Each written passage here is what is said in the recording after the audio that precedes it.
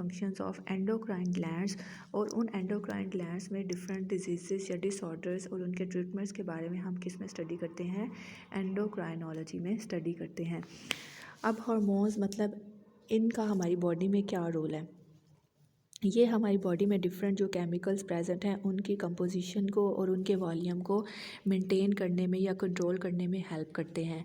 हमारी क्या है, सेल मेम्ब्रेन में डिफरेंट सब्सटेंसेस प्रेजेंट होते हैं, तो हार्मोन जो है वो उन सब्सटेंसेस को ट्रांसपोर्ट करने में हेल्प करते हैं।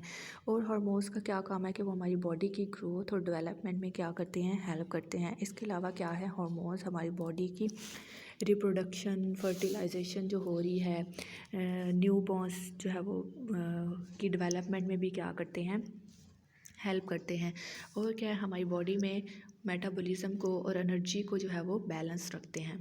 अब हमारी बॉडी में दो तरह के क्या होते हैं, हार्मोन्स दो टाइप्स के होते हैं। एक होते हैं लोकल हार्मोन्स और एक होते हैं जनरल हार्मोन्स। लोकल हार्मोन्स क्या होते हैं, जिनका स्पेसिफिक इफेक्ट जो है हमारी बॉडी में होता है। मतलब क्या है, ये हमारी बॉडी में स्पेसिफिक एरिया में जो है वो रिलीज़ होंगे, जहाँ पे ये रिलीज़ होंगे वहीं पे ये अपना इफेक्ट जो है वो शो करेंगे। तो ऐसे हार्मोन्स को हम कहते हैं लोकल हार्मोन्स। इसमें एग्जांपल आती है एसिटाइलकोलिन की। नेक्स्ट आता है जनरल हार्मोन्स। ऐसे हार्मोन्स जो कि जहाँ से ये रिलीज़ हो रहे हैं उससे दूर अपना इफेक्ट जो है वो शो करते हैं, मतलब ओवरऑल द बॉडी पे इसका इफेक्ट होता है। तो ऐसे हार्मोन्स को हम कहते हैं जनरल हार्मोन्स। इसमें एग्जांपल आती है एस्ट्रोजन्स की और प्रोजेस्टेरोन की। नेक्स्ट है classification of hormones on the basis of their chemical nature. इनके केमिकल नेचर की बेस पे हम 5 क्लासेस में हार्मोन्स को डिवाइड करते हैं। एक पेप्टाइड नेचर के भी हो सकते हैं, ग्लाइकोप्रोटीन नेचर के भी हो सकते हैं, स्टीरॉयड्स भी हो सकते हैं, अमाइनो एसिड्स भी हो सकते हैं और अमाइंस भी हो सकते हैं। पेप्टाइड्स में एंटीरियर पिट्यूटरी के हार्मोन्स, पोस्टीरियर पिट्यूटरी के हार्मोन्स, उसके अलावा थायराइड ग्लैंड के हार्मोन्स, पैराथायराइड ग्लैंड के हार्मोन्स, ओवरीज के हार्मोन, ये इसमें आएंगे पेप्टाइड्स में। ग्लाइकोप्रोटीन में क्या आएंगे, थायराइड स्टिमुलेटिंग हार्मोन आएगा, ल्यूटेनाइजिंग हार्मोन आएगा और एरिथ्रोपोइटिन आएगा। स्टीरॉयड में कौन से आते हैं, हमारे एड्रीनल कॉर्टेक्स के हार्मोन मतलब कॉर्टिसोल आएगा और एल्डोस्टेरोन आएगा। हमारी टेस्टिस के हार्मोन और ओवरीज के हार्मोन मतलब एस्ट्रोजन, प्रोजेस्टेरोन और टेस्टोस्टेरोन। जो अमाइनो एसिड जिनकी नेचर होगी वो उसके थायराइड ग्लैंड के जो हार्मोन्स होंगे वो अमाइनो एसिड इन नेचर होंगे, मतलब T3 और T4। जिनकी अमाइन नेचर होगी उनमें आएंगे एपिनेफ्रीन, नॉर एपिनेफ्रीन और एसिटाइलकोलिन। तो सबसे पहला हार्मोन हम स्टार्ट करते हैं ग्रोथ हार्मोन। ग्रोथ हार्मोन कहाँ से सीक्रेट होता है, हमारी बॉडी में एक ग्लैंड होता है पिट्यूटरी ग्लैंड। पिट्यूटरी ग्लैंड क्या है, पी साइज ग्लैंड होता है जो कि हमारे जो है वो ब्रेन में प्रेजेंट होता है। इसका काम क्या है कि ये हार्मोन रिलीज़ करता है ग्रोथ हार्मोन, जिसको हम कहते हैं सोमैटोट्रोफिन या सोमैटोट्रॉफिक हार्मोन। इसका बॉडी में इसकी नेचर कैसी है, जैसे हमने क्लासेस में पढ़ा, ये प्रोटीन इन नेचर है। अब इसका बॉडी में हमारी बॉडी में फंक्शन क्या है, इसका मेन जो फंक्शन है वो हमारी बॉडी को क्या करना है, ग्रो कराने में हेल्प करता है। वेरियस जो आगे इसके फंक्शंस हैं वो हैं कि हम ये प्रोटीन मेटाबॉलिज्म में क्या करता है, हेल्प करता है। मतलब DNA की सिंथेसिस, RNA की सिंथेसिस, अमाइनो एसिड्स की सिंथेसिस और प्रोटीन सिंथेसिस में क्या करता है, हेल्प करता है। हमारी बॉडी को एनर्जी प्रोवाइड करता है। क्या है कि ये कार्बोहाइड्रेट मेटाबॉलिज्म में क्या है, हेल्प करता है। ठीक है, कार्बोहाइड्रेट मेटाबॉलिज्म में क्या करता है, हाइपरग्लाइसीमिया कॉज करता है, मतलब ग्लूकोज का लेवल हमारी बॉडी में क्या कर देता है, इंक्रीज़ कर देता है। इसकी वजह से इसका क्या है, एंटी इंसुलिन इफेक्ट है। उसके बाद क्या है, ये फ़ैट के मेटाबॉलिज्म में भी क्या करता है, हेल्प करता है। हमारी एडिपोज टिश्यूज़ में क्या होती हैं, फ़ैट स्टोर होती हैं, तो ये इनके कैटाबॉलिज्म में हेल्प करता है। मतलब फैटी एसिड्स को एडिपोज टिश्यूज़ से बॉडी की सर्कुलेशन में लाने में क्या करते हैं, हेल्प करते हैं। लेकिन अगर ये एक्सेस अमाउंट में फैटी एसिड हमारे एडिपोज टिश्यूज़ से हमारी ब्लड सर्कुलेशन में आ जाता है तो एक डिसीज़ होती है जिसको हम कहते हैं फैटी लीवर। इसका इनऑर्गेनिक मेटाबॉलिज्म में है, मतलब ये क्या है, फास्फोरस और कैल्शियम की हमारी बॉडी में क्या करा देता है, रिटेंशन करा देता है। किस तरह रिटेंशन करा देता है कि ये हमारी जो किडनीज़ की ट्यूब्यूल्स हैं या हमारी GIT ट्रैक्ट है उसमें से जो है वो कैल्शियम और फास्फोरस की एब्जॉर्प्शन को क्या करा देता है, इंक्रीज़ करा देता है, जिसकी वजह से हमारे बॉडी फ्लूइड्स में कैल्शियम और फास्फोरस का लेवल जो है वो ज़्यादा हो जाता है। इसके अलावा ये सोडियम की, पोटाशियम की और मैग्नीशियम की भी क्या कराता है, रिटेंशन कॉज कराता है। उसके बाद क्या है, जैसा कि हमने पढ़ा कि हमारी ग्रोथ में क्या करता है, हेल्प करता है। तो मतलब इसका हमारी बोन्स पे, हमारी कार्टिलेज पे और सॉफ्ट टिश्यूज़ पे भी अफेक्ट होता है। तो ये क्या करता है, हमारी बोन्स और कार्टिलेज की ग्रोथ में हेल्प करता है। क्या है, कैल्शियम की डेपोजिशन में क्या करता है, हेल्प करता है। हमारी जो स्किन की थिकनेस है उसमें हेल्प करता है, और हमारे डिफरेंट ऑर्गन्स जो हैं जैसे लीवर, किडनी, उसकी ग्रोथ में भी हेल्प करता है। नेक्स्ट हार्मोन आता है ऑक्सीटोसिन। ऑक्सीटोसिन क्या है, हमारे ग्लैंड पिट्यूटरी ग्लैंड के किस पार्ट से, पोस्टीरियर पिट्यूटरी ग्लैंड से क्या होता है, रिलीज़ होता है। इसकी नेचर क्या है, ये पॉलीपेप्टाइड इन नेचर है। नेक्स्ट क्या है, फंक्शन ऑफ ऑक्सीटोसिन क्या है, इसके फंक्शन क्या है, ये इसके फंक्शन यूट्रस पे हैं। यूट्रस को कंट्रैक्ट करने में हेल्प करता है। मिल्क इंजेक्शन जो है वो लैक्टेशन में मतलब क्या करता है, हेल्प करता है। क्या है, फर्टिलाइजेशन में क्या करता है, हेल्प करता है।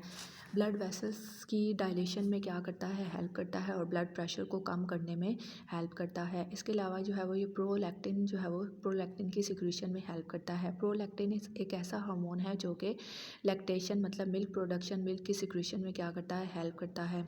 इसके अलावा क्या है, ये लेबर को इंड्यूस कराने में और यूट्रस मसल के कंट्रैक्शन कराने में भी क्या करता है, हेल्प करता है। नेक्स्ट हार्मोन आता है इंसुलिन। अब इंसुलिन क्या है, ये कहाँ से प्रोड्यूस होता है, हमारे पैंक्रियास में सेल्स होते हैं बीटा सेल्स में होते हैं आइसलेट्स ऑफ लैंगरहैंस में जो है वो बीटा सेल्स होते हैं, वो क्या करते हैं, इंसुलिन हार्मोन्स को क्या करते हैं, रिलीज़ करते हैं। अब इंसुलिन की नेचर क्या है, ये एक प्रोटीन इन नेचर है, और इसका काम क्या है कि हमारी बॉडी में जो ग्लूकोज लेवल है उसको कम करना है। कितने अमाइनो एसिड से मिलके बना होता है, प्रोटीन नेचर का है तो ये 51 अमाइनो एसिड से जो है वो मिलके बना होता है। नेक्स्ट क्या है कि अफेक्ट्स क्या हैं इंसुलिन के हमारी बॉडी में डिफरेंट इफेक्ट्स हैं, मतलब फंक्शंस क्या हैं। ये क्या करता है, कार्बोहाइड्रेट के मेटाबॉलिज्म में क्या करता है, हेल्प करता है।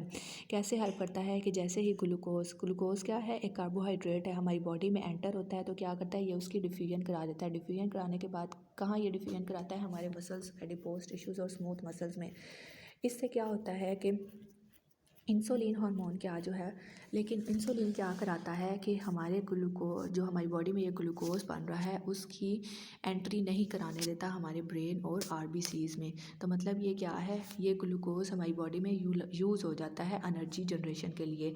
इसके अलावा क्या है, इंसुलिन हार्मोन क्या करता है, ग्लाइकोजन को हमारे सेल्स में स्टोर करने में हेल्प करता है। इसके अलावा क्या है, फ़ैट के मेटाबॉलिज्म पे इसका क्या रोल है कि इंसुलिन हार्मोन क्या है, फैटी एसिड्स की फॉर्मेशन में हेल्प करता है। किस तरह, जो हमारे लीवर में ग्लूकोज होता है उससे जो है वो फैटी एसिड बनाने में हेल्प करता है। इसके अलावा क्या है, fatty acids are utilize from triglyceride which are stored in adipose tissues के फैटी एसिड्स जो हैं वो ट्राइग्लिसराइड्स जो है वो यूज़ की जाती है, जो कि हमारे एडिपोज टिश्यूज़ में प्रेजेंट होती हैं। इसके बाद और क्या है कि जो इंसुलिन है वो ट्राइग्लिसराइड की हाइड्रोलाइसिस जो है वो नहीं कराने देता, जिसकी वजह से जो है हमारे एडिपोज टिश्यूज़ में फ़ैट्स जो है वो स्टोर कराने में हेल्प करता है। प्रोटीन मेटाबॉलिज्म में क्या है कि ये अमाइनो एसिड्स की ट्रांसपोर्टेशन में क्या करता है, हेल्प करता है। अमाइनो एसिड्स ट्रांसपोर्ट होंगे तो मतलब ये जो ट्रांसक्रिप्शन और ट्रांसलेशन का प्रोसेस हो रहा है, मतलब डीएनए से आरएनए से डीएनए बनना, और उसके बाद क्या है, मैसेंजर आरएनए की से मैसेंजर आरएनए से जो प्रोटीन सिंथेसाइज होती हैं, तो इसमें भी क्या करता है, इंसुलिन हार्मोन जो है वो हेल्प करता है। इसके अलावा लास्ट पे क्या है, इंसुलिन हार्मोन जो है वो हमारी ग्रोथ में भी क्या करता है, हेल्प करता है, प्रोटीन की फॉर्मेशन में क्या करता है, हेल्प करता है। नेक्स्ट हार्मोन है टेस्टोस्टेरोन। टेस्टोस्टेरोन क्या है, मेल रिप्रोडक्टिव ऑर्गन जो है वो है टेस्टिस में जो हार्मोन प्रोड्यूस होता है उसको हम कहते हैं टेस्टोस्टेरोन। अब इसकी नेचर क्या है, स्टीरॉयड इन नेचर है, मतलब ये इसके इफेक्ट्स क्या हैं, इसका बॉडी में क्या फंक्शन है। ये male characteristics, male reproductive system और मेल सेकेंडरी सेक्स करैक्टरिस्टिक्स में क्या करता है, इन्वॉल्व होता है, मतलब मेल रिप्रोडक्टिव ऑर्गन्स की डेवलपमेंट में हेल्प करता है। इसके अलावा क्या है, जो सेकेंडरी सेक्स करैक्टरिस्टिक्स है, मतलब growth of hair on chest face, उसमें हेल्प करता है। बाल्डनेस मतलब हेड पे जो है वो ग्रोथ ऑफ हेयर्स को कम कर सकता है। वॉइस पे इसका क्या इफेक्ट होता है, ये क्या करता है कि वॉइस को क्या कर देता है, इंक्रीज़ कर देता है। Increases the length and thickness of the vocal cord की लेंथ और थिकनेस को इंक्रीज़ कर देता है, जिसकी वजह से वॉइस क्या हो जाती है, डीपर मतलब भारी आवाज़ हो जाती है जब आप प्यूबर्टिक स्टेज में मूव करते हो। नेक्स्ट स्किन में इसका क्या है, स्किन क्या हो जाती है, थिक हो जाती है, रफ हो जाती है, और डिफरेंट सेबेशियस ग्लैंड की सिक्रीशन इंक्रीज़ हो जाती हैं। बॉडी चेंजेस क्या हो जाते हैं, आपके शोल्डर्स क्या हो जाते हैं, ब्रॉड हो जाते हैं। और क्या है, बिहेवियरल में क्या चेंजेस आती हैं, एग्रेसिवनेस, मूड्स और एक्टिव एटीट्यूड जो है मतलब बिहेवियर में चेंजेस जो है वो टेस्टोस्टेरोन की वजह से आता है। प्रोटीन के मेटाबॉलिज्म पे क्या इफेक्ट होता है, प्रोटीन का मेटाबॉलिज्म क्या होता है, प्रोटीन के सिंथेसिस को क्या कर देता है, इंक्रीज़ कर देता है। सेंट्रल नर्वस सिस्टम पे किसका क्या इफेक्ट होता है कि सेंट्रल नर्वस सिस्टम को क्या कर देता है, एक्टिवेट कर देता है। बोन्स पे क्या इफेक्ट आता है, बोन्स की थिकनेस को और क्वालिटी को क्या कर देता है, इंप्रूव कर देता है। कैल्शियम की डेपोजिशन क्या कर देता है, इंक्रीज़ कर देता है। इससे क्या होती है, बॉडी लेंथ पे इसका क्या इफेक्ट होता है कि ये बॉडी की लेंथ को क्या कर देता है, डिक्रीज़ कर देता है। BMR मतलब बेसल मेटाबॉलिक रेट, मतलब वो एनर्जी जो कि आपको अपने बॉडी के फंक्शन परफॉर्म करने के लिए एनर्जी रिक्वायर होती है, उसको हम कहते हैं BMR बेसल मेटाबॉलिक रेस। ये क्या हो जाती है, इंक्रीज़ हो जाती है टेस्टोस्टेरोन की वजह से। RBCs पे इफेक्ट क्या होता है कि टेस्टोस्टेरोन जो है वो RBCs की प्रोडक्शन को क्या कर देता है, इंक्रीज़ कर देता है। इलेक्ट्रोलाइट और वाटर बैलेंस पे इसका इफेक्ट क्या होता है कि टेस्टोस्टेरोन सोडियम आयन की और वाटर की क्या करता है, रीअब्सॉर्प्शन को क्या कर देता है, इंक्रीज़ कर देता है। नेक्स्ट हार्मोन आता है एस्ट्रोजन। एस्ट्रोजन क्या है, एक फ़ीमेल हार्मोन है, ठीक है। इसकी नेचर क्या है, स्टीरॉयड नेचर है। ये 3 बेसिक फॉर्म्स में एग्जिस्ट करता है, एस्ट्राडायोल, एस्ट्रोन और एस्ट्रायोल। अब क्या है, एस्ट्रोजन का क्या फंक्शन है, इसका फीमेल रिप्रोडक्टिव पार्ट्स में क्या है फंक्शन है, फीमेल रिप्रोडक्टिव सिस्टम की डेवलपमेंट में क्या करता है, हेल्प करता है। मतलब विजाइना पे इसके इफेक्ट क्या है, ये वजाइना के साइज़ को इंक्रीज़ कर देता है। विजाइना के जो मस्कुलर वॉल्स हैं उनकी मस्कुलर वॉल्स को क्या कर देता है, एनलार्ज कर देता है। जो वेजाइनल pH है उसको एसिडिक कर देता है और वेजाइना में ग्लाइकोजन की डेपोजिशन को क्या करता है, इंक्रीज़ कर देता है। एक्सटर्नल जेनिटेलिया पे इसके इफेक्ट क्या होते हैं कि ये डेपोजिशन ऑफ फैट की डेपोजिशन को क्या कर देता है, इंक्रीज़ कर देता है। जो एक्सटर्नल जेनिटेलिया मतलब एक्सटर्नल रिप्रोडक्टिव पार्ट्स जो हैं उनमें फैट्स की डेपोजिशन को इंक्रीज़ कर देता है। सर्विक्स पे इनके क्या इफेक्ट होते हैं कि सर्विक्स के साइज़ को ये क्या कर देते हैं, लार्ज कर देते हैं और उसकी pH जो है वो अल्कलाइन कर देते हैं। यूट्रस पे क्या इफेक्ट होते हैं कि एस्ट्रोजन जो है वो यूट्रस का साइज़ जो है वो एस्ट्रोजन की वजह से इंक्रीज़ हो जाता है। यूट्राइन ग्लैंड जो है उनकी ग्रोथ में हेल्प करता है। जो उनकी वस्कुलैरिटी होती है उसको इंक्रीज़ करता है। ग्लाइकोजन के स्टोरेज में क्या करता है, हेल्प करता है। फैलोपियन ट्यूब्स क्या होती हैं, उनकी जो है वो प्रोलिफरेशन कॉज कर देते हैं। फर्टिलाइजेशन में क्या करते हैं, हेल्प करता है ये हार्मोन। ओवरीज़ पे क्या करता है, ओवरीज़ पे क्या इफेक्ट इसका होता है कि ये ओवरियन फंक्शन को क्या कर देता है, कम कर देता है। उसके बाद क्या है, सेकेंडरी सेक्सुअल करैक्टरिस्टिक्स, मतलब सेकेंडरी करैक्टरिस्टिक्स क्या होता है, ब्रेस्ट डेवलपमेंट में क्या करता है, हेल्प करता है। हमारी स्किन की वस्कुलैरिटी को क्या कर देता है, इंक्रीज़ कर देता है। एस्ट्रोजन की वजह से हमारी स्किन क्या हो जाती है, सॉफ्ट और स्मूथ हो जाती है। इसी वजह से डिफरेंट जो कॉस्मेटिक पर्पसेस के लिए क्रीम्स और सोप्स यूज़ किए जाते हैं उसमें क्या यूज़ किया जाता है, एस्ट्रोजन यूज़ किया जाता है। वॉइस पे क्या इफेक्ट होता है कि जैसे ही प्यूबर्टल स्टेज में मूव करते हैं तो वॉइस क्या होती है, वॉइस पे इसका वॉइस की पिच क्या हो जाती है, इंक्रीज़ कर देता है ये हार्मोन। और स्केलेटन पे हमारा क्या होता है कि पेल्विस को ये ब्रॉड कर देता है और बोन्स की फॉर्मेशन को जो है वो इंक्रीज़ कर देता है। इसके अदर इफ़ेक्ट्स क्या होते हैं कि ये प्रोटीन मेटाबॉलिज्म, प्रोटीन की सिंथेसिस में भी हेल्प करता है, फैट्स की सिंथेसिस में भी हेल्प करता है, अमीनो एसिड्स की सिंथेसिस में हेल्प करता है। हमारी बॉडी में जो सोडियम, वाटर, ये मतलब जितने भी आयंस हैं उनकी क्या करता है, रीअब्सॉर्प्शन करा देता है और उसकी रिटेंशन में क्या करता है, हेल्प करता है। फीमेल में जो है वो मेंस्ट्रुअल साइकिल उसकी जो है वो उसमें को कंट्रोल करने में भी हेल्प करता है। हमारी बॉडी के कोलेस्ट्रॉल लेवल को जो है वो कम करने में हेल्प करता है।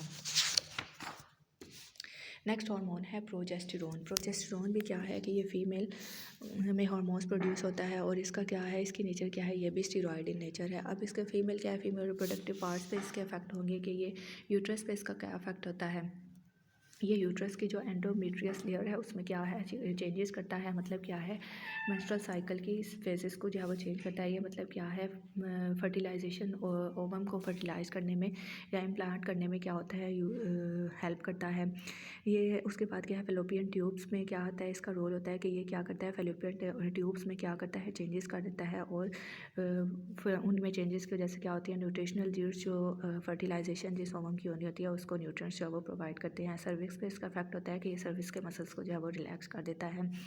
विजाइना पे इसका इफेक्ट क्या होता है कि ये विजाइना से म्यूकस सिक्रीशंस को क्या कर देता है, इंक्रीज़ कर देता है। ब्रेस्ट पे इसका क्या इफेक्ट होता है कि ये डेवलपमेंट जो ट्यूब्यूल्स बननी होती हैं ब्रेस्ट में, मेमोरी ग्लैंड्स में, उनकी क्या करता है, उनकी डेवलपमेंट को क्या करता है, प्रमोट करता है। ओव्यूलेशन पे इसका इफेक्ट क्या होता है कि ओव्यूलेशन को क्या कर देता है, इनहिबिट करता है। नेक्स्ट आता है प्रोटीन मेटाबॉलिज्म। प्रोटीन मेटाबॉलिज्म क्या है कि ड्यूरिंग प्रेगनेंसी क्या है कि ये प्रोटीन की मेटाबॉलिज्म क्या प्रोटीन की सिंथेसिस या प्रोटीन की मोबिलाइजेशन को क्या कर देता है, इंक्रीज़ कर देता है, क्योंकि ड्यूरिंग प्रेगनेंसी ये हार्मोन्स जो है वो रिलीज होता है। उसके बाद इलेक्ट्रोलाइट बैलेंस पे क्या इफेक्ट होता है कि प्रोजेस्टेरोन की अगर हम लार्ज जो है वो डोजेस लेंगे तो ये हमें क्या कर सकते हैं, नाइट्रोयूरेसिस कॉज कर सकते हैं, मतलब जो है वो यूरिन में सोडियम की कंसनट्रेशन जो है वो इंक्रीज़ कर सकते हैं। नेक्स्ट क्या है, स्किन पे हमारा इफेक्ट क्या होगा कि प्रोजेस्टेरोन जो है वो स्किन में जो है वो सीबम की प्रोडक्शन मतलब ऑयल की प्रोडक्शन जो है वो इंक्रीज़ कर सकता है, जिसकी वजह से हेयर्स क्या हो सकते हैं, ऑयली हो सकते हैं। ये प्री मेंस्ट्रुअल एक्नी और हेयर डैमेज जो है उसमें भी इसका रोल है कि ये एक्नी और हेयर चेंजेस जो है वो कॉज करता है। बॉडी टेम्परेचर पे क्या इफेक्ट होता है, प्रोजेस्टेरोन की वजह से बॉडी टेम्परेचर क्या कर सकता है, इंक्रीज़ कर सकता है। नेक्स्ट चैप्टर क्या है हमारे पास, एंजाइम्स। एंजाइम्स क्या है, एंजाइम्स ऐसे बायोलॉजिकल सिस्टम, ये इनको हम कहते हैं कैटलिस्ट कहते हैं, जो कि हमारी बॉडी में होने वाले केमिकल रिएक्शंस को क्या करते हैं, स्पीड अप करते हैं। अब कैटलिस्ट जो है वो, कैटलिस्ट क्या है, ऐसे सब्सटेंसेस जो कि केमिकल रिएक्शंस को बूस्ट करते हैं उनको हम क्या कहते हैं, कैटलिस्ट। तो एंजाइम क्या है, बायोलॉजिकल कैटलिस्ट है। अब इसमें एक नाम आती है सबस्ट्रेट। सबस्ट्रेट क्या होते हैं, ऐसे मॉलिक्यूल्स जिसके ऊपर एंजाइम ने अपनी एक्टिविटी शो करनी होती है, उनको हम कहते हैं सबस्ट्रेट। अब एंजाइम के पास दो प्रॉपर्टीज़ होनी चाहिए, कैटालिटिक प्रॉपर्टी होनी चाहिए, कि मतलब क्या है कि ये स्मॉल अमाउंट ऑफ एंजाइम जो है वो लार्ज अमाउंट ऑफ सबस्ट्रेट को जो है वो केमिकल रिएक्शन में, इसमें मतलब क्या है, कैटालिटिक प्रॉपर्टी क्या है कि अगर हम थोड़ा सा जो है वो एंजाइम लें तो वो क्या है, सबस्ट्रेट को जो है वो बायोकेमिकल रिएक्शन में जो है वो कन्वर्ट कर दे, मतलब कैटालिटिक प्रॉपर्टी इसमें होनी चाहिए। जैसे सुक्रेज एंजाइम है वो स्मॉल अमाउंट में जो है वो जो है वो रिएक्शन को कैरी आउट करता है, मतलब सुक्रेज एंजाइम की प्रेजेंट में सुक्रोज जो है वो अपने स्मॉलर कंपोनेंट्स में कन्वर्ट हो जाता है। नेक्स्ट इसकी प्रॉपर्टी आती है सॉलिबिलिटी। एंजाइम जो होते हैं वो वाटर में सॉल्युबल होते हैं और डाइल्यूट अल्कोहलिक सॉल्यूशन में सॉल्युबल होते हैं, लेकिन अगर इनको कंसनट्रेटेड अल्कोहल अमोनियम सल्फेट और ट्राइक्लोरिक एसिड में डाला जाए तो ये प्रेसिपिटेट्स में आते थे, मतलब इनमें सॉल्युबल नहीं होते। एंजाइमेटिक प्रॉपर्टी क्या है कि जैसे जैसे हम एंजाइम की कंसनट्रेशन जो है वो सबस्ट्रेट की कंसनट्रेशन इंक्रीज़ करते हैं तो एंजाइम रिएक्शन भी क्या होता है, स्पीड अप हो जाता है। नेक्स्ट फैक्टर क्या है, नेक्स्ट प्रॉपर्टी क्या है, पीएच। मतलब क्या है, जो एसिडिक एंजाइम्स होंगे वो क्या होंगे, एसिडिक पीएच पे करेंगे, और जो बेसिक एंजाइम्स हैं वो क्या करेंगे, बेसिक पीएच पे एक्ट करेंगे। जैसा कि अगर कि एंजाइम है ट्रिप्सिन, उसकी पीएच क्या है, अल्कलाइन पीएच। अब उसने अल्कलाइन पीएच पे ही एक्ट करना है, मतलब अल्कलाइन मीडियम में ही एक्ट करना है, मतलब अगर पीएच 8.57 पे ही उसने एक्ट करना है। अगर हम उसको एसिडिक पीएच पे क्या कराएंगे, एक्ट कराएंगे, तो वो एंजाइम क्या हो जाएगा, डीएक्टिवेट हो जाएगा। ट्रिप्सिन क्या एक ऐसा एंजाइम है जो कि पेंक्रियास में प्रोड्यूस होता है और डाइजेशन में हेल्प करता है। अगर जो है वो एंजाइम जो है वो एसिडिक नेचर का है, मतलब क्या है, जैसे पेप्सिन है, ठीक है। अब पेप्सिन है, उसकी एसिडिक नेचर है, मतलब उसकी पीएच होती है 1 to 2। अगर हम उसको क्या है, बेसिक पीएच पे एक्ट कराएंगे तो वो एंजाइम क्या होगा, डीएक्टिवेट हो जाएगा। तो एसिड एंजाइम के लिए एसिडिक पीएच चाहिए, बेसिक एंजाइम के लिए बेसिक पीएच चाहिए। नेक्स्ट जो प्रॉपर्टी है वो है टेम्परेचर। हर एंजाइम जो है वो एक ख़ास टेम्परेचर पे एक्ट करता है, जिसको हम कहते हैं ऑप्टिमम टेम्परेचर, और वो टेम्परेचर है 35 डिग्री सेंटीग्रेड से 40 डिग्री सेंटीग्रेड से। अगर इससे टेम्परेचर ऊपर नीचे जाएगा तो एंजाइम की एक्टिविटी जो है वो, एंजाइम जो है वो इनएक्टिव की तरफ मूव कर सकते हैं। ये डिफरेंट कंडीशंस बताई हुई हैं आपकी बुक में कि 0 डिग्री सेंटीग्रेड पे टेम्परेचर पे एंजाइम इनएक्टिव हो सकता है, 10 to 20 डिग्री सेंटीग्रेड टेम्परेचर होगा तो वेरी लिटिल एक्टिव होगा, 35 to 40 से पे मैक्सिमम एक्टिव होगा, 50 डिग्री सेंटीग्रेड पे इनएक्टिव हो जाएगा, 60 पे पूरा ही डिस्ट्रॉय हो जाएगा। नेक्स्ट टॉपिक है मैकेनिज्म ऑफ एंजाइम रिएक्शन। मतलब एंजाइम जो है वो कैसे जो है वो रिएक्शन को प्रोसीड करते हैं। सबसे पहले जो है वो एंजाइम का स्ट्रक्चर क्या होता है, 3 डायमेंशनल स्ट्रक्चर होता है, और वो अपने सबसे पहला स्टेप है formation of enzyme substrate complex. मतलब एंजाइम क्या है, अपने सबस्ट्रेट को आइडेंटिफाई करेगा और आइडेंटिफाई करने के बाद उसके साथ जो है वो ज्वाइन करेगा, तो ये क्या बनाएगा, जब एंजाइम और सबस्ट्रेट आपस में मिलेंगे तो वो क्या बनाएंगे, एंजाइम सबस्ट्रेट कम्प्लेक्स। अब ऐसी साइड जहाँ पे एंजाइम ने सबस्ट्रेट के साथ जाके बाइंड किया है उसको हम कहते हैं एक्टिव साइट। अब नेक्स्ट स्टेप क्या होगा, एंजाइम सबस्ट्रेट कम्प्लेक्स बन गया। अब एंजाइम सबस्ट्रेट कम्प्लेक्स ने किस में कन्वर्ट होना है, प्रोडक्ट में कन्वर्ट होना है। तो नेक्स्ट स्टेप है conversion of substrate to the product. तो एंजाइम सबस्ट्रेट जो है वो एंजाइम प्रोडक्ट में कन्वर्ट होगा। अब हमें चाहिए प्रोडक्ट। अब एंजाइम प्रोडक्ट में से क्या है, एंजाइम और प्रोडक्ट क्या होंगे, सेपरेट होंगे, मतलब हमारा प्रोडक्ट क्या होगा, रिलीज़ होगा। तो थर्ड स्टेप में release of product from the enzyme. इसका जनरल रिएक्शन आपकी बुक में दिया हुआ है, आप उसको देख सकते हो। एंजाइम्स वाले चैप्टर में नेक्स्ट टॉपिक आता है chemical nature of enzymes. Enzymes की बेसिकली जो केमिकल नेचर होती है वो प्रोटीन इन नेचर होते हैं, लेकिन कुछ एंजाइम्स जो होते हैं उनको प्रोटीन कंपोनेंट के साथ साथ एडिशनल नॉन प्रोटीन कंपोनेंट की भी ज़रूरत होती है। वो नॉन प्रोटीन कंपोनेंट जो है वो को एंजाइम भी हो सकता है, को फैक्टर भी हो सकता है, या प्रोस्थेटिक ग्रुप भी हो सकता है। अब एंजाइम्स में जो प्रोटीन पार्ट होता है उसको हम कहते हैं, या प्रोटीन कंपोनेंट जो एंजाइम का होता है उसको कहते हैं एपो एंजाइम, और जो नॉन प्रोटीन कंपोनेंट होता है उसको हम कहते हैं प्रोस्थेटिक ग्रुप, को फैक्टर या को एंजाइम।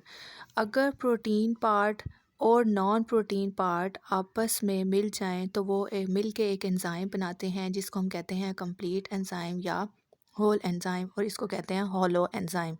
इसमें एग्जांपल आती है विटामिन बी के डेरिवेटिव्स। नेक्स्ट है नॉन प्रोटीन। जैसा मैंने बताया कि जो नॉन प्रोटीन कंपोनेंट है वो या को फैक्टर हो सकता है, को एंजाइम हो सकता है, या प्रोस्थेटिक ग्रुप हो सकता है। अब को फैक्टर्स क्या होते हैं? अगर वो नॉन प्रोटीन पार्ट जो है इनऑर्गेनिक आयंस होंगे तो उनको हम कहेंगे को फैक्टर्स। इसमें एग्जांपल आती है साइटोक्रोम ऑक्सीडेजेस जो एंजाइम्स हैं, कॉपर और आयरन, फेरस और फेरिक, ये इसमें आएंगे। नेक्स्ट आते हैं को एंजाइम्स। को एंजाइम्स क्या हैं? अगर वो नॉन प्रोटीन पार्ट ऑर्गेनिक या मेटेलिक ऑर्गेनिक मॉलिक्यूल्स में की फॉर्म में प्रेजेंट है तो उसको हम कहेंगे को एंजाइम। नेक्स्ट टाइम है प्रोस्थेटिक ग्रुप। अब क्या है कि ये को फैक्टर्स या को एंजाइम्स मतलब कि ऑर्गेनिक और इनऑर्गेनिक आयंस अगर एंजाइम के प्रोटीन पार्ट के साथ टाइटली बाउंड हो जाएं तो हम इसको कहते हैं प्रोस्थेटिक ग्रुप। नेक्स्ट टॉपिक है क्लासिफिकेशन ऑफ एंजाइम्स। अब एंजाइम्स को जो है वो डिफरेंट नेम्स से पुकारा जाता है। इनका नोमेनक्लेचर क्या है कि एंजाइम्स का नाम जो है उनमें सुफिक्स आता है एज, ए एस ई आता है। ए एस ई सुफिक्स जो है वो सबस्ट्रेट के नाम को फॉलो करती है। जैसे अगर हमारे पास सबस्ट्रेट है सुक्रोज, तो अगर हम इसका एंजाइम बनाएंगे तो वो एंजाइम बनेगा सुक्रेज, मतलब ए एस ई एंड पे लग जाएगा। अगर हमारे पास लिपिड है, लिपिड के लिए हम एंजाइम यूज़ करेंगे, वो होगा लाइपेज।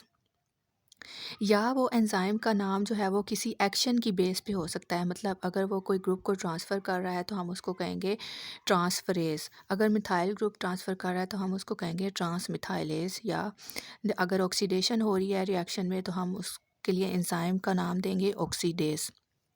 या एंजाइम का नाम क्या हो सकता है? कोई ट्रिवियल नेम हो सकता है। ट्रिवियल नेम ऐसा नेम होता है जो कि सबस्ट्रेट का नाम भी हो और वो साथ साथ जो रिएक्शन परफॉर्म कर रहा है वो भी हो, तो ये मिलके क्या बनाते हैं? ट्रिवियल नेम बनाते हैं, जैसा कि है पेंक्रियाटिक लाइपेज।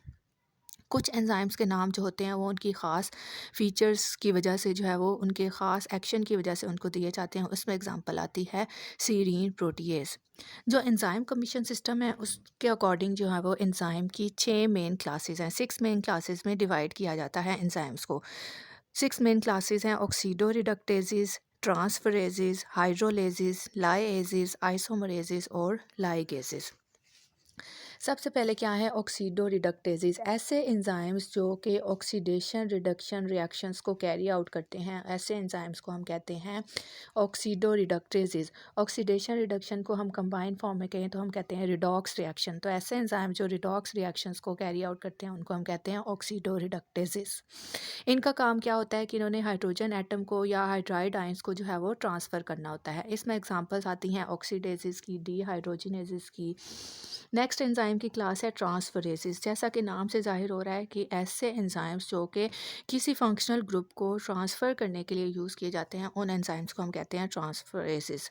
अब ये transferases different functional group transfer कर सकते हैं। फॉस्फेट ग्रुप ट्रांसफ़र कर सकते हैं, अमाइनो ग्रुप ट्रांसफ़र कर सकते हैं, मिथाइल ग्रुप ट्रांसफ़र कर सकते हैं। तो इनकी बेस पे इनको जो है वो डिफरेंट नाम दिए जाएंगे। जैसे अमाइनो ग्रुप ट्रांसफ़र करेंगे तो उसको ट्रांस अमाइनेजिस कहेंगे। अगर मिथाइल ग्रुप ट्रांसफ़र करेंगे तो उसको ट्रांस मिथाइलेजिस कहेंगे। नेक्स्ट आते हैं एंजाइम की क्लास हाइड्रोलेजिस। हाइड्रोलेजिस ऐसे एंजाइम्स हैं जो कि किसी भी रिएक्शन में हाइड्रोलाइसिस कराएंगे। हाइड्रोलाइसिस क्या है कि किसी भी रिएक्शन में क्या है, वाटर मॉलिक्यूल ऐड किया जाए और वाटर मॉलिक्यूल की प्रेजेंस में उस जो है वो सब्सटेंस की ब्रेक डाउन की जाए। तो ऐसे एंजाइम्स जो कि हाइड्रोलाइसिस करवाएंगे उन एंजाइम को हम कहते हैं हाइड्रोलेसिस। इसमें एग्जांपल आती है प्रोटीएजिस की, डी अमाइनेजिस की और डी अमाइडेजिस की। नेक्स्ट एंजाइम की क्लास आती है लाइएजिस। लाइएजिस ऐसे एंजाइम्स होते हैं जो कि किसी भी रिएक्शन में ammonia group, NH3 group, water group और कार्बन डाइऑक्साइड ग्रुप जो है वो ऐड कराते हैं या इन ग्रुप्स को क्या है रिमूव कराया जाता है, तो ऐसे एंजाइम्स को हम कहते हैं लाएजेस। नेक्स्ट एंजाइम्स आते हैं आइसोमरेसिस। ऐसे एंजाइम्स जो कि किसी मॉलिक्यूल के स्ट्रक्चर में क्या करते हैं, चेंजेस करते हैं। किस तरह चेंजेस करते हैं कि उनमें फंक्शनल ग्रुप को क्या है ट्रांसफ़र करते हैं और उनके आइसोमर्स बनाते हैं। तो ऐसे एंजाइम्स जो कि स्ट्रक्चरल चेंजेस करके आइसोमर्स बनाने में हेल्प करते हैं उनको हम कहते हैं आइसोमरेसिस। नेक्स्ट एंजाइम आते हैं लाइगेसेस। लाइगेसेस ऐसे एंजाइम्स होते हैं जो कि दो मॉलिक्यूल्स को आपस में ज्वाइन करने के लिए यूज़ करते हैं, उन एंजाइम्स को हम कहते हैं लाइगेसेस। मतलब ऐसे एंजाइम जो कंडेंसेशन रिएक्शंस को कैरी आउट करने के लिए यूज़ करते हैं उनको कहते हैं लाइगेसेस। अब जो मॉलिक्यूल्स आपस में बॉन्ड के थ्रू जुड़ते हैं वो कार्बन टू ऑक्सीजन बॉन्ड भी हो सकता है, कार्बन टू नाइट्रोजन बॉन्ड भी हो सकता है और कार्बन टू कार्बन बॉन्ड भी हो सकता है। अब क्या है कि जब ये बॉन्ड्स टूटते हैं तो इसके नतीजे में क्या है बहुत सी एनर्जी रिलीज़ होती है। वो एनर्जी ATP की फॉर्म में या GTP की फॉर्म में रिलीज़ होती है। नेक्स्ट टॉपिक स्टार्ट होता है कि factors affecting the enzyme activity. अब कौन कौन से फैक्टर्स हैं जो कि एंजाइमेटिक रिएक्शन को या एंजाइम्स की एक्टिविटी को डिस्टर्ब कर सकते हैं। सबसे पहला फैक्टर क्या है, एंजाइम कंसंट्रेशन। एंजाइम कंसंट्रेशन और एंजाइम एक्टिविटी के दरमियान क्या है, डायरेक्ट रिलेशनशिप है। अगर एंजाइम की कंसंट्रेशन इंक्रीज़ होगी तो एंजाइम एक्टिविटी भी इंक्रीज़ होगी, लेकिन अगर एंजाइम की कंसंट्रेशन क्या है कम हो गई है बॉडी में किसी डिसीज स्टेट की वजह से, तो उसमें क्या है कि एंजाइम की एक्टिविटी भी क्या हो जाएगी, कम हो जाएगी। नेक्स्ट जो फैक्टर है वो है सबस्ट्रेट की कंसंट्रेशन। सबस्ट्रेट की कंसंट्रेशन और रिएक्शन रेट ऑफ रिएक्शन जो है उनमें भी डायरेक्ट रिलेशन है। अगर सबस्ट्रेट की कंसंट्रेशन ज़्यादा होगी तो रेट ऑफ रिएक्शन भी क्या होगा, ज़्यादा होगा। नेक्स्ट फैक्टर है टेम्परेचर। टेम्परेचर क्या है कि टेम्परेचर एक मैक्सिमम टेम्परेचर होता है जिस पे एंजाइम की एक्टिविटी क्या होती है, मैक्सिमम होती है। उस टेम्परेचर को हम क्या कहते हैं, ऑप्टिमम टेम्परेचर। उस रेंज में जो है वो एंजाइम्स बेस्ट एक्ट करेंगे। अगर उस टेम्परेचर से क्या है ऊपर नीचे टेम्परेचर गया तो क्या है एंजाइम की एक्टिविटी डिस्टर्ब हो जाएगी। अगर टेम्परेचर इंक्रीज़ करेगा तो एंजाइम एक्टिविटी भी इंक्रीज़ करेगी, लेकिन एक लिमिट तक। मोस्टली जो एंजाइम्स हैं वो किस टेम्परेचर पे एक्ट करते हैं, हमारी 37 डिग्री सेंटीग्रेड पे जो है वो एक्ट करते हैं, क्योंकि हमारी बॉडी का टेम्परेचर जो है वो 37 डिग्री सेंटीग्रेड है। तो ऑप्टिमम टेम्परेचर क्या है, the temperature at which enzyme reaction occurs fastest is called as optimum temperature. लेकिन कुछ एंजाइम्स ऐसे हैं, प्लांट एंजाइम्स हैं जो कि 60 डिग्री सेंटीग्रेड टेम्परेचर पे भी एक्ट कर सकते हैं। नेक्स्ट आता है pH का इफेक्ट। अब pH क्या है, ऑप्टिमम pH पे एंजाइम्स क्या करते हैं, मैक्सिमम रिएक्शन शो करते हैं। अगर ऑप्टिमम pH होगी तो रेट ऑफ रिएक्शन भी क्या होगा, मैक्सिमम होगा। जैसे एग्जांपल है सेलिवरी अमाइलेज की, उसकी pH है 6.4 टू 6.9 और ट्रिप्सिन की pH है 8 टू 9। अगर pH की चेंज होगी तो एंजाइम्स की नेचर भी क्या हो सकती है, चेंज हो सकती है, मतलब उनकी डीनेचुरेशन हो सकती है। अगर कोई को फैक्टर को एंजाइम या प्रोस्थेटिक ग्रुप है तो वो भी क्या कर सकता है, एंजाइम की एक्टिविटी को चेंज कर सकता है। नेक्स्ट टॉपिक है प्रेजेंस ऑफ इनहिबिटर्स। इनहिबिटर्स ऐसे सब्सटेंसेस होते हैं जो कि एंजाइम की एक्टिविटी को ब्लॉक कर सकते हैं, एंजाइम की एक्टिविटी को इनहिबिट कर सकते हैं। ऐसे सब्सटेंसेस को हम कहते हैं इनहिबिटर्स। इनहिबिटर्स अब दो टाइप्स के हो सकते हैं, रिवर्सिबल इनहिबिटर्स भी हो सकते हैं और इरिवर्सिबल भी इनहिबिटर्स हो सकते हैं। जो रिवर्सिबल इनहिबिटर्स हैं वो एक्टिव का साइट के साथ जो है वो कोवलेंटली बाइंड कर जाते हैं, और इरिवर्सिबल इनहिबिटर्स जो हैं वो नॉन कोवलेंट बॉन्ड के थ्रू जो है वो एंजाइम्स को इनएक्टिव करते हैं। नेक्स्ट टॉपिक है फंक्शंस ऑफ एंजाइम्स के। एंजाइम्स का हमारी बॉडी में क्या रोल है, हमारी बॉडी में वो क्या क्या फंक्शंस परफॉर्म करते हैं या इनका क्या रोल है हमारी डेली लाइफ में। सबसे पहला क्या है कि ये एक्टिवेशन एनर्जी को क्या है, कम कर देते हैं। एक्टिवेशन एनर्जी क्या होती है, वो एनर्जी जो कि किसी केमिकल रिएक्शन को कैरी आउट करने के लिए ज़रूरी होती है, उस एनर्जी को हम क्या कहते हैं, एक्टिवेशन एनर्जी कहते हैं। अब एक्टिवेशन एनर्जी और रेट ऑफ रिएक्शन में क्या है, इन्वर्स रिलेशन है। अगर एक्टिवेशन एनर्जी क्या होगी, ज़्यादा होगी तो रेट ऑफ रिएक्शन क्या होगा, कम होगा। तो एंजाइम्स क्या है, एक्टिवेशन एनर्जी को कम कर देते हैं। एक्टिवेशन एनर्जी को कम कर देंगे तो क्या है, रेट ऑफ रिएक्शन क्या होगा, स्पीड अप होगा। जैसा एग्जांपल दी हुई है कि अगर कोई रिएक्शन जो है वो एंजाइम्स की एब्सेंस में होता है तो उसकी एक्टिवेशन एनर्जी क्या होती है, ज़्यादा होती है। लेकिन अगर कोई रिएक्शन एंजाइम की प्रेजेंस में कैरी आउट किया जाता है तो उसमें एक्टिवेशन एनर्जी क्या होती है, कम होती है। तो एंजाइम्स एक्टिवेशन एनर्जी को कम करते हैं। नेक्स्ट क्या इनका रोल है कि ये डाइजेशन में हेल्प करते हैं। डिफरेंट जो एंजाइम्स हैं जैसे अमाइलेज हो गया, ट्रिप्सिन हो गया, लाइपेज हो गया, ये क्या है, हमारे जो फूड हैं उसमें स्मॉल मॉलिक्यूल्स लार्ज मॉलिक्यूल्स को स्मॉल मॉलिक्यूल्स में कन्वर्ट करने में हेल्प करते हैं एंजाइम्स। नेक्स्ट जो है वो चीज़ मेकिंग, मतलब एंजाइम्स को यूज़ करके हम इंडस्ट्री में क्या है, चीज़ की मैन्युफैक्चरिंग भी कर सकते हैं। एग्जांपल दी हुई है कि एक काइमोसिन क्या है, काइमोसिन एक ऐसा एंजाइम है जो कि हम ऑब्टेन करते हैं फंगस से और ये चीज़ बनाने में हेल्प करता है। नेक्स्ट है कि हम स्वीटनर के तौर पे भी एंजाइम्स को यूज़ कर सकते हैं। जैसे एग्जांपल दी हुई है सुक्रोज या ग्लूकोसिडेज एंजाइम की एग्जांपल दी हुई है। नेक्स्ट है इनको हम डिटर्जेंट के तौर पे भी यूज़ कर सकते हैं। मतलब कार्बोहाइड्रेट और प्रोटीन ब्रेकिंग जो एंजाइम्स है वो हीट स्टेबल होते हैं तो उसको हम डिटर्जेंट के तौर पे भी यूज़ कर सकते हैं। इसमें एग्जांपल है प्रोटीएसिस की। एंजाइम्स को हम ड्रग्स के तौर पे भी यूज़ कर सकते हैं। जैसे अगर हमारे डाइजेस्टिव सिस्टम में कोई डिस्टर्बेंस आ जाती है तो क्या है, डिफरेंट एंजाइम्स जो हैं वो ड्रग्स की फॉर्म में अवेलेबल होते हैं। उनको यूज़ करके हमारे को भी स्टमक या इंटेस्टाइनल डिसऑर्डर्स होंगे तो उनको ट्रीट किया जा सकता है। उसके बाद क्या है, कुछ एंजाइम्स को जो है वो कैंसर ट्रीटमेंट के लिए भी यूज़ किया जा सकता है। उसमें एग्जांपल आती है एल एस्पार्जिनेस की। एंजाइम्स को डिफरेंट डिजीज़ के ट्रीटमेंट के लिए भी यूज़ किया जाता है। जैसा कि रिकेट्स डिजीज़ और जॉन्डिस डिजीज़, इनको ट्रीट किया जाता है एंजाइम्स के थ्रू। इसके अलावा जो है वो हार्ट की जो प्रॉब्लम्स हैं उसको टेट डिहाइड्रोजनेस एंजाइम के थ्रू ट्रीट किया जाता है। अगर लीवर की प्रॉब्लम्स है तो उनके लिए काइनेसिस यूज़ किए जाते हैं। ब्लड क्लॉटिंग में भी क्या करते हैं, हेल्प करते हैं। एंजाइम्स क्या है, ब्लड क्लॉटिंग कराते हैं। किस वजह से, क्योंकि एंजाइम्स प्रोटीन इन नेचर होते हैं। तो जो थ्रोम्बिन एंजाइम है वो क्या है, ब्लड क्लॉटिंग में क्या करता है, हेल्प करता है। नेक्स्ट जो है वो अल्कोहलिक बेवरेजेस को बनाने में, मतलब लिक्विड इंडस्ट्री में फर्मेंटेशन के थ्रू अल्कोहलिक बेवरेजेस बनाने में भी क्या है, एंजाइम्स यूज़ किए जाते हैं। उसमें एग्जांपल है अमाइलेज की।